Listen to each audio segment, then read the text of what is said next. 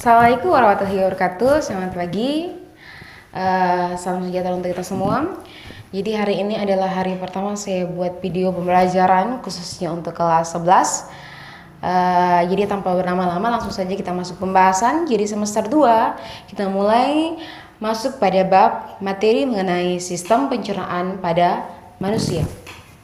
Oke, sebelum saya jauh lagi bahas mengenai materi, mari kita simak dulu peta konsep pada sistem pencernaan pada manusia, yaitu pada bab hari ini itu ada 4 sub pembahasan yang harus kita bahas. Yang pertama adalah zat makanan dan fungsinya, kemudian sistem pencernaan pada manusia yang meliputi organ-organ pencernaan apa saja yang digunakan pada sistem pencernaan manusia, kemudian kita beralih di teknologi pengolahan pangan dan keamanan pangan. Kemudian yang terakhir baru kita masuk kelainan-kelainan apa saja yang terjadi pada sistem pencernaan manusia. Itu dia 4 sub pembahasan yang harus kita selesaikan pada bab mengenai sistem pencernaan. Kemudian sebelum saya jauh masuk ke pembahasan pertama, ke sub pembahasan pertama, saya mau bertanya terlebih dahulu. Apakah kalian tahu makanan yang kita makan itu masuk ke tubuh kita melewati organ-organ tubuh apa saja? Kemudian dia jadi apa? Makanan yang kita makan itu jadi apa? Kemudian berapa kalori yang kita butuhkan di tubuh kita per harinya untuk menjalankan aktivitas? Kemudian yang tidak kalah penting adalah seberapa penting makanan yang kita makan sangat mempengaruhi kesehatan tubuh. Itu yang paling penting. Nantinya tentunya akan kita kaitkan pada pembahasan yang terakhir, yaitu kelainan-kelainan pada sistem pencernaan, sehingga makanan begitu penting pada tubuh kita. Nah, untuk menjawab beberapa pertanyaan yang saya sebutkan tadi, maka kita harus pahami terlebih dahulu keempat sub pembahasan yang akan saya jelaskan hari ini.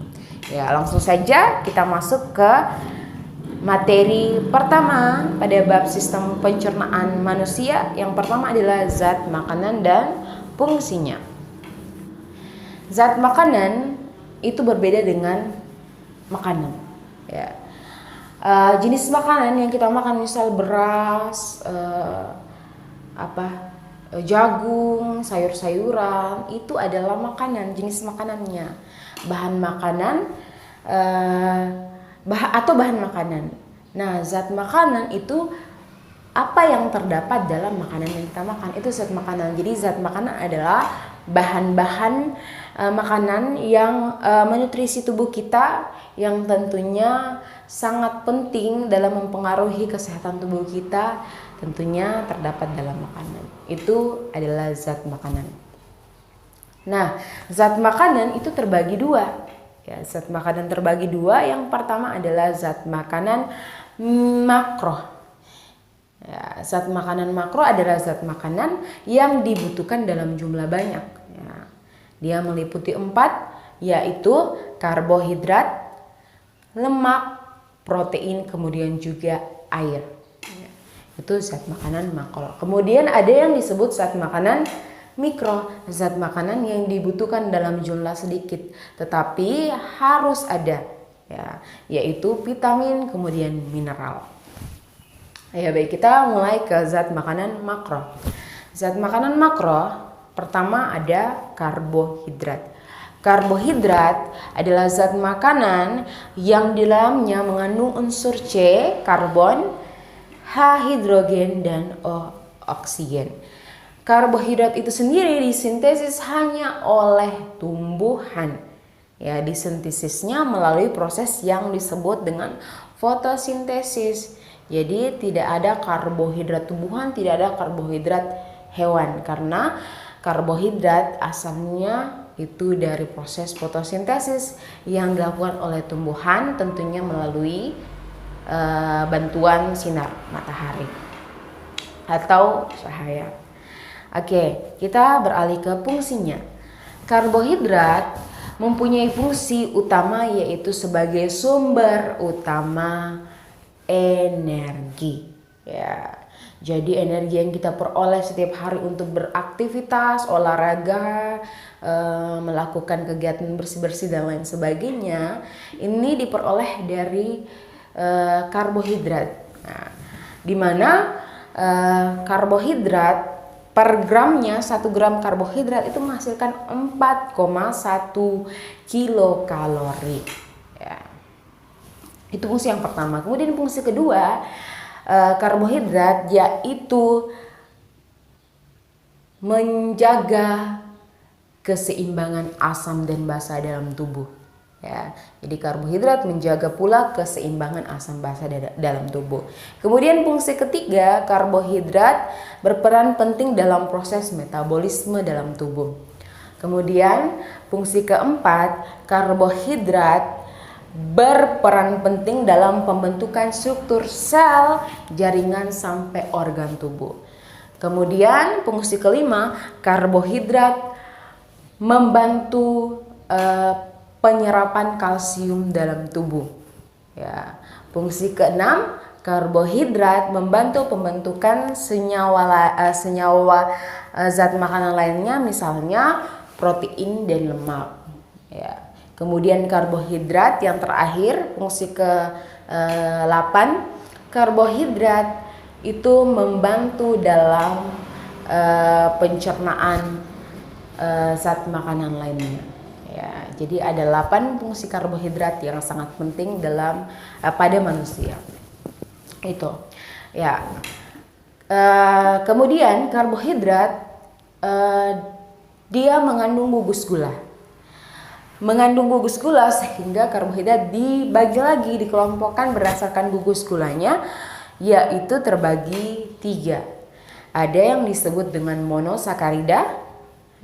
Monosakarida adalah karbohidrat yang mempunyai 1 gugus gula saja. Dia rumus molekulnya yaitu C6H12O6. Nah, contohnya apa? Glukosa, fruktosa, galaktosa, ksilosa, ribosa. Jadi itu dia contoh monosakarida, salah satu jenis karbohidrat yang sederhana. Kemudian yang kedua, jenis karbohidrat kedua adalah disakarida. Di berarti dia mengandung 2 gugus gula. Ya, rumus molekulnya adalah C12H22 dan O11N. Ya. Dia contohnya apa? Maltosa, sukrosa dan fruktosa. Ya, saya ulang, contoh dari disakarida adalah maltosa, sukrosa dan laktosa. Ada 3. Kemudian ada yang terakhir, jenis karbohidrat. Yang terakhir adalah polisakarida. Poli banyak, berarti dia mempunyai lebih dari 2 atau banyak gugus gula. Rumus molekulnya adalah C5 ya, C5H10O6. Itu rumus molekul dari polisakarida. Contohnya apa? Contohnya amilum, lignin, pektin, amilum, peptid, lignin. Itu contoh dari polisakarida. Ya. Kemudian kita beralih ke zat makanan lemak. Ya. Lemak ini diperoleh dari persenyawaan antara asam lemak dan gliserol sehingga terbentuk senyawa yang lebih kompleks yang disebut dengan lemak dengan nama lain lipid. Nah, lemak berfungsi satu, dia juga sebagai sumber energi. Ya, lemak menghasilkan lebih banyak energi daripada karbohidrat, di mana 1 gram lemak itu menghasilkan 9,1 kilokalori, lebih banyak, sehingga dia bisa disimpan dalam tubuh sebagai cadangan makanan. Itu yang pertama, fungsi dari lemak. Fungsi kedua, dia melindungi organ tubuh. Ya, dia melindungi organ tubuh, ini sudah jelas. Kemudian yang ketiga, dia sebagai pelarut vitamin. Ya, vitamin apa saja yang dilarutkan oleh lemak, yaitu vitamin A, D, E, dan K. Ya, simple bagaimana cara mengingatnya. ADEK, ingat ADEK. ADEK ini, vitamin ADEK ini dilarutkan oleh lemak. Kemudian sebagai sumber asam lemak esensial yang sangat penting bagi tubuh. Kemudian yang paling penting lagi fungsi dari lemak, dia menyebabkan lamanya pengosongan lambung sehingga kita tidak mudah lapar. Misal lemak kita yang tersimpan dalam organ tubuh kita, dia nantinya akan berkoordinasi dengan si lambung. Oke, pada saat lambung kita kosong, maka kita tidak akan cepat lapar, dia akan menunda lapar karena dia berkompromi. Oh, saya lemak, saya akan memberikan energi pada tubuh ini walaupun lambung masih kosong itu. Jadi dia akan berkompromi dengan si lambung, ya, sehingga orang yang mempunyai banyak lemak dengan orang yang mempunyai sedikit lemak itu laparnya akan fase laparnya itu akan berbeda. Yang punya banyak lemak ini akan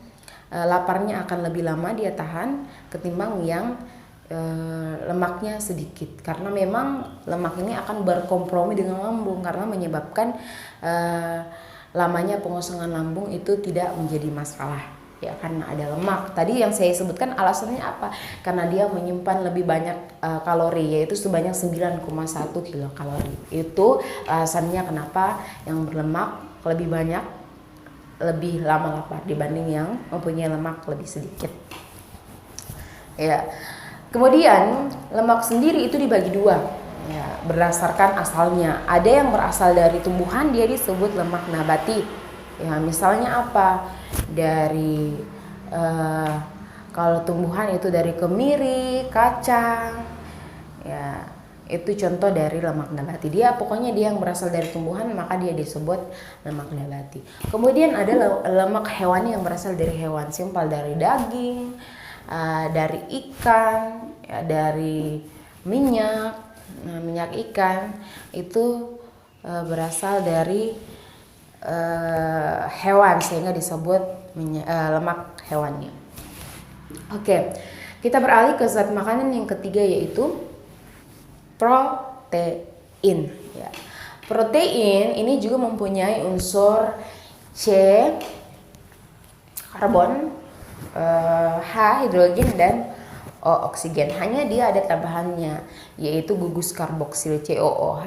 Kemudian dia punya rantai samping seperti yang pernah saya jelaskan berkali-kali pada siswa, bahwa protein ini adalah persenyawaan dari asam amino yang bergabung menjadi polimer. Jadi senyawa sederhana yang disebut asam amino ini akan bergabung membentuk yang disebut polimer, kemudian membentuk protein. Oke, kita langsung ke fungsi protein. Jadi fungsi protein yang pertama, dia sintesis zat-zat penting dalam tubuh kita. Ya, jadi bahan baku zat-zat penting dalam tubuh kita, misalnya antibodi, hormon, enzim, ini diperoleh dari protein. Ya, jadi sangat penting. Kemudian kedua, protein juga berfungsi sebagai sumber energi karena per gram protein itu menghasilkan 4,1 kilokalori, sama halnya tadi pada karbohidrat, ya, sama kalori yang diperoleh per gramnya. Kemudian protein juga ini berfungsi sebagai detoksifikasi. Dia menetralkan racun yang masuk dalam tubuh kita. Detoksifikasi. Kemudian fungsi yang selanjutnya, fungsi yang keempat, protein ini berperan dalam pertumbuhan, perbaikan, pemeliharaan jaringan tubuh kita. Ya. Contoh, pada saat kita luka, protein berperan dalam perbaikan jaringan tubuh kita yang rusak tadi. Ya, pada saat kita luka kan ada kerusakan. Jadi protein berperan dalam perbaikan, pemeliharaan dan pertumbuhan jaringan tubuh kita tadi yang mengalami kerusakan. Kemudian protein juga berperan dalam menjaga keseimbangan asam dan basa cairan pada sel.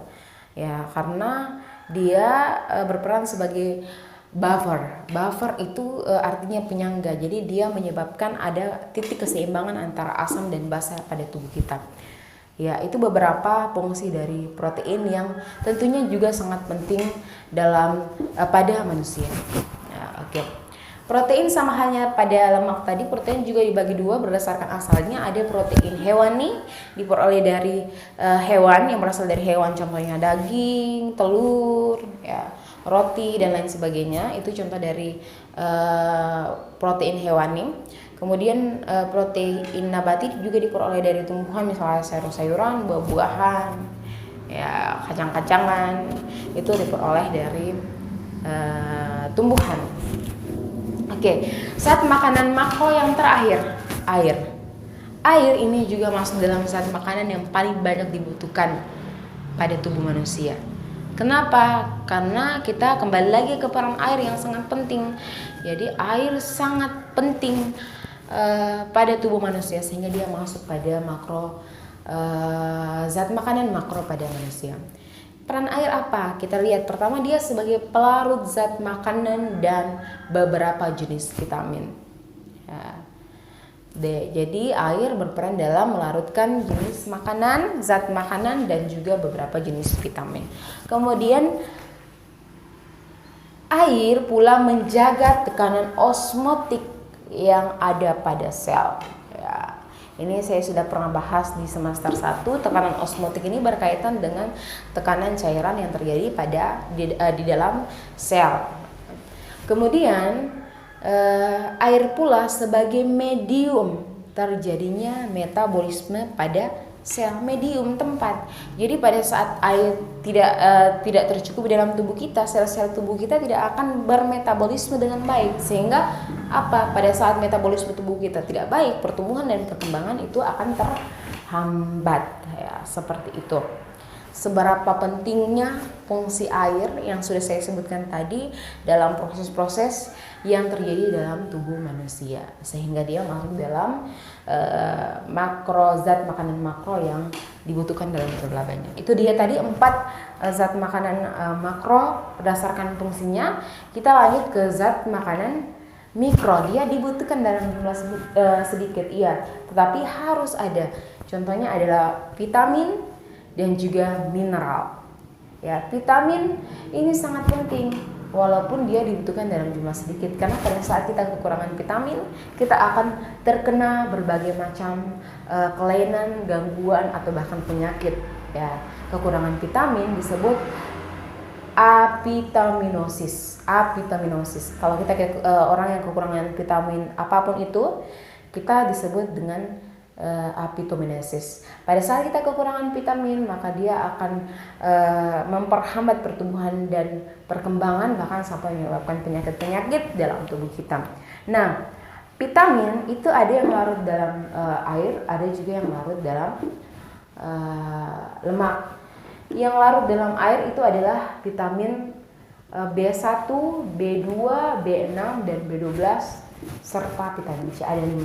Sedangkan vitamin yang larut pada lemak, dalam lemak itu ada 3 yang sudah saya sebutkan tadi, yaitu A, D, E, dan K. Jadi ingat bahwa jenis vitamin itu hanya ada 9. Ya, hanya ada 9. Vitamin lainnya ini merupakan turunan dari vitamin yang 9 ini. Ya, vitamin yang 9. Jadi kalau ada nama vitamin lain berarti dia turunan dari jenis vitamin yang sudah saya sebutkan tadi 9. Ada vitamin B1, B2, B6, B12, C, A, D, E, dan K. Oke, tadi dibedakan berdasarkan dia larutnya di air atau di lemak. Kemudian yang terakhir zat makanan mikro ada yang disebut mineral. Mineral adalah zat-zat makanan juga yang diperlukan dalam jumlah sedikit, tentunya yang cukup berperan dalam proses metabolisme dalam tubuh. Nah, Mineral itu dibagi dua, ada makroelemen, ada mikroelemen. Kalau makroelemen sama tadi dibutuhkan dalam jumlah banyak, sedangkan mikroelemen dibutuhkan dalam jumlah sedikit. Nah, makroelemen contohnya apa? Contohnya natrium, kalium, fosfor, kalsium, dan lain-lain. Ya. Kemudian kalau mikroelemen yang dibutuhkan dalam jumlah sedikit, contohnya apa? Contohnya seng, mangan, tembaga, dan lain-lain. Itu dia zat makanan yang perlu ketahui dan perlu kita ketahui untuk menjaga keseimbangan makanan yang kita konsumsi setiap harinya. Itu. Ya, kita lanjut di materi pembahasan yang kedua.